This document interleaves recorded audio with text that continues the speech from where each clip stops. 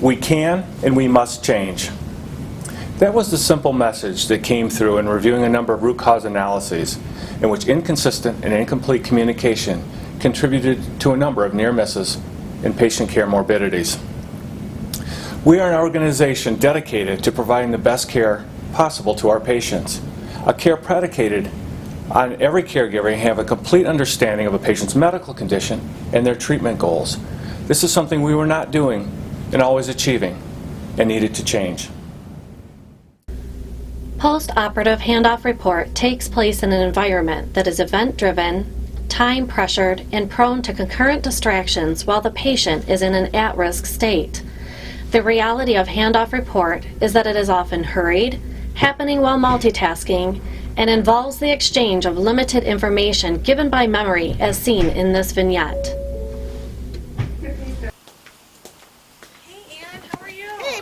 How are you? You guys look so busy back here. We are busy. It's crazy in the hour right now. I heard you tried that new restaurant last night. We did. It was so much fun. Oh my gosh, that's great. Well, this is Mrs. Brown. She had surgery with Dr. Smith. I'm not taking care of the patient. Oh, okay, well, she had a hysterectomy, had some morphine, some Zofran on her 4th bag of fluid. She did really well. Okay. Here you go, Karen. Here's the thermometer for you. Oh, thanks. Ann, did you catch any of that? No, I didn't. I wasn't listening. Well, I'll look on the computer. Just checking your temperature. You're just waking up from surgery.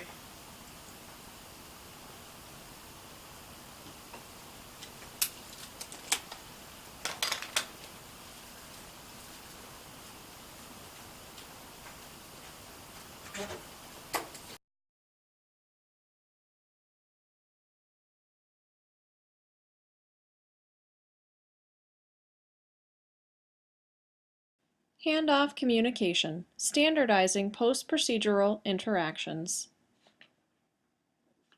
Here at Sparrow, the patient needs must always come first. Each year, Sparrow Health System performs over 20,000 surgeries. This volume of patients allows many opportunities to greatly improve communication among providers. The objectives of this presentation are to define handoff communication, describe current handoff practices, discuss the effect handoff communication has on patient care, identify goals of handoff communication, and to describe Sbar handoff communication principles. If we were to define handoff communication, we'd say that it is the process that ensures caregivers communicate the essential information to deliver care to a patient in a standardized process while allowing the opportunity to ask questions for clarification and check for understanding regarding the patient's needs. Handoff communication is a high-risk process that occurs in multiple settings. For the purpose of this video, we will be focusing on post-operative handoff communications between the OR and the PACU.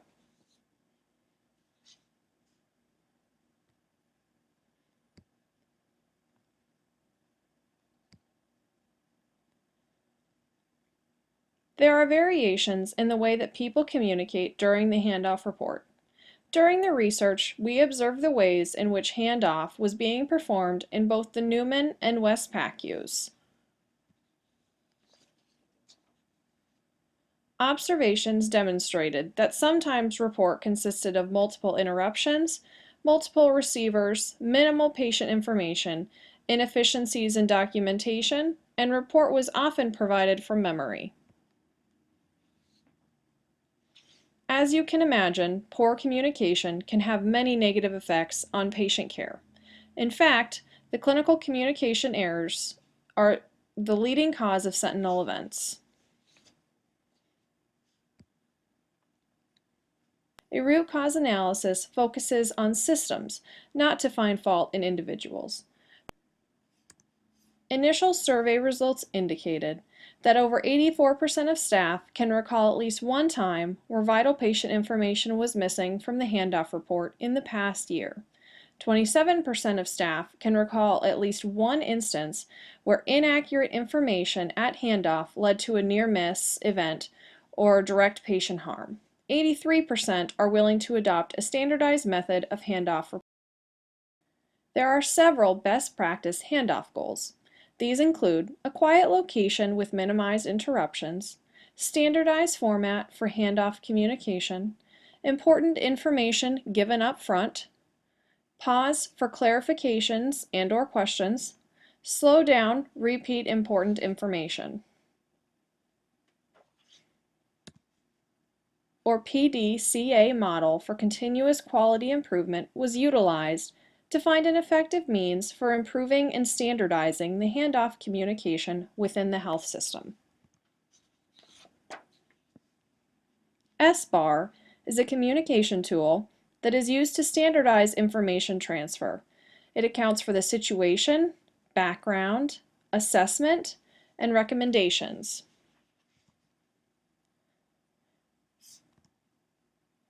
The situation includes the name of the patient, their date of birth, and the name of the operative procedure. The background specifies the type of anesthesia administered, intraoperative medications, and the IV fluids that were administered. Additionally, blood loss, surgical site findings such as dressings, tubes, drains, or packings, and any significant OR events should be noted in this section. The assessment section includes findings such as hemodynamic stability, airway and oxygenation status, thermal status, and urine output. The presence or absence of surgical complications, level of pain, and method of pain management should also be addressed. The recommendation section allows the staff an opportunity to inform PACU personnel of any anticipated interventions that will be performed in PACU. It also ensures that immediate post-operative orders have been completed and allows time for questions to be asked or concerns to be addressed.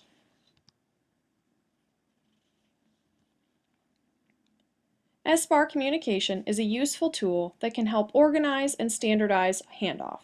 It integrates and summarizes relevant information that should be included in a handoff. Having a better handoff tool can actually reduce the overall time that the patient spends in PACU. The tool can be modified to include all relevant information necessary to each patient's care.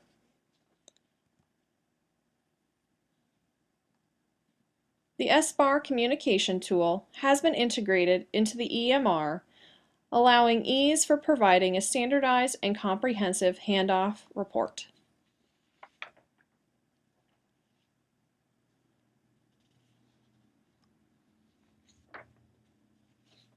Ideally, the following sequence should be utilized when giving the Sbar report. First, settle the patient and apply the necessary monitors as a team. Ensure that the patient is stable. Once both sender and receiver of the patient care are ready to begin, the verbal report should be followed, going through each section of the Sbar. Use the Epic screen as needed for reminders. Allow the entire report to be given before asking questions, as the question may be addressed during the report. Finish the report with a clear closing statement, such as, "The handoff report is now complete. Do you have any questions?" At this point, the PACU nurse should ask any pertinent questions.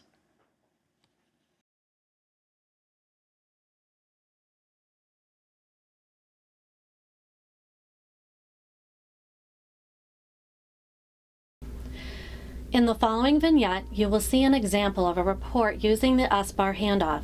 You will notice that there are minimal interruptions, each role provides specific patient information, there is an opportunity for the receiving RN to ask questions, and there is a clear ending to the handoff. We're just going to get all your monitors placed here. Are you going to be taking care of this patient? No, I'm just helping to settle. Cindy will be right in. Okay.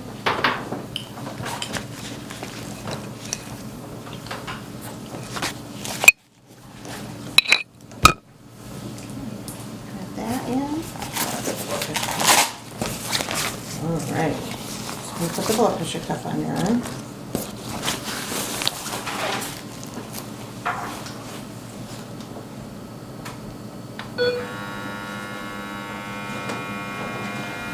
Cindy's here. Just get your first set of vitals. How you feeling?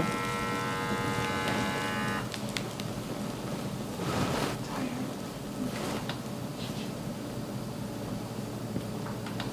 16 and clear.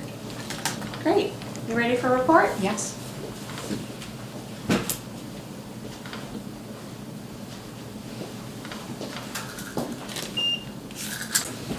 I'm going to pull up the Sbar handoff tool on the computer.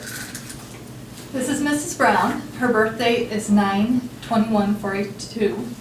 She is a 66-year-old patient, Dr. Decent. She had a total abdominal hysterectomy today. Okay. The dressing is dry and intact. The incision was closed with suture, and then an ABD and tape was placed for dressing. She has a Foley, but there are no other drains to note. Mrs. Brown is hard of hearing, and she was very anxious before the procedure. She has a small Band-Aid on her right upper arm from a laceration with an incident yesterday that she had at home. And there's a little redness on her right thigh, so that is beginning to diminish, but you might want to check it. Okay.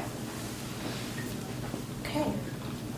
Mrs. Brown received general anesthesia with an endotracheal tube and received a tap block after induction for pain.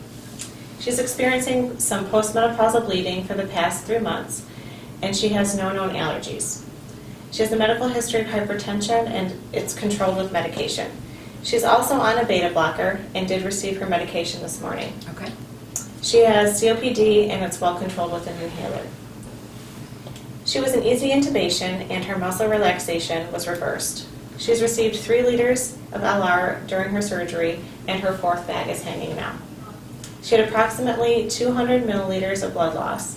Skin temp has been around 37 for the entire procedure, and she has a Foley that was placed intraoperatively and drained 300 milliliters of clear urine, and the bag was emptied before transfer. Okay. She had a total of 100 mics of fentanyl and was given 1 gram of Affirmative at 9 a.m. She's comfortable, so I haven't had to redose any of her narcotics. She also has a history of post-op nausea and vomiting with Decadron and Zofran that were given, and she has a baseline blood pressure in the 90s over 60s, and she's hemodynamically stable throughout, and no complications occurred intraoperatively. Okay.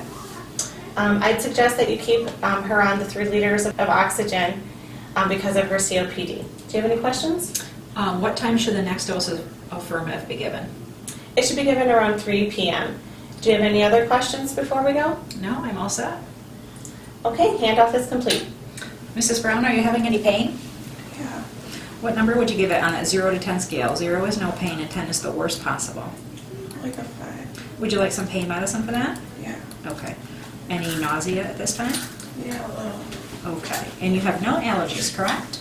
That's correct. Okay. We'll get you some medicines to make you more comfortable.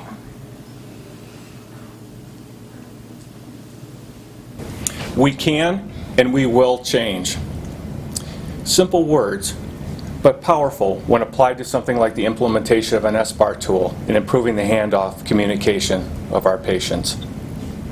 The 2 vignettes you watch contrasted markedly the difference between a disorganized, unfocused, and incomplete transfer of information, and one characterized by structure, patient-centered, focus, and a comprehensive transfer of that important information from caregiver to caregiver at a critical time in a patient's care. I'm excited about this change, and I hope as you watch this and think about this, you will be too. This is an opportunity for each of us to reach for that level of excellence in healthcare that we as a group and we as an institution are dedicated to providing.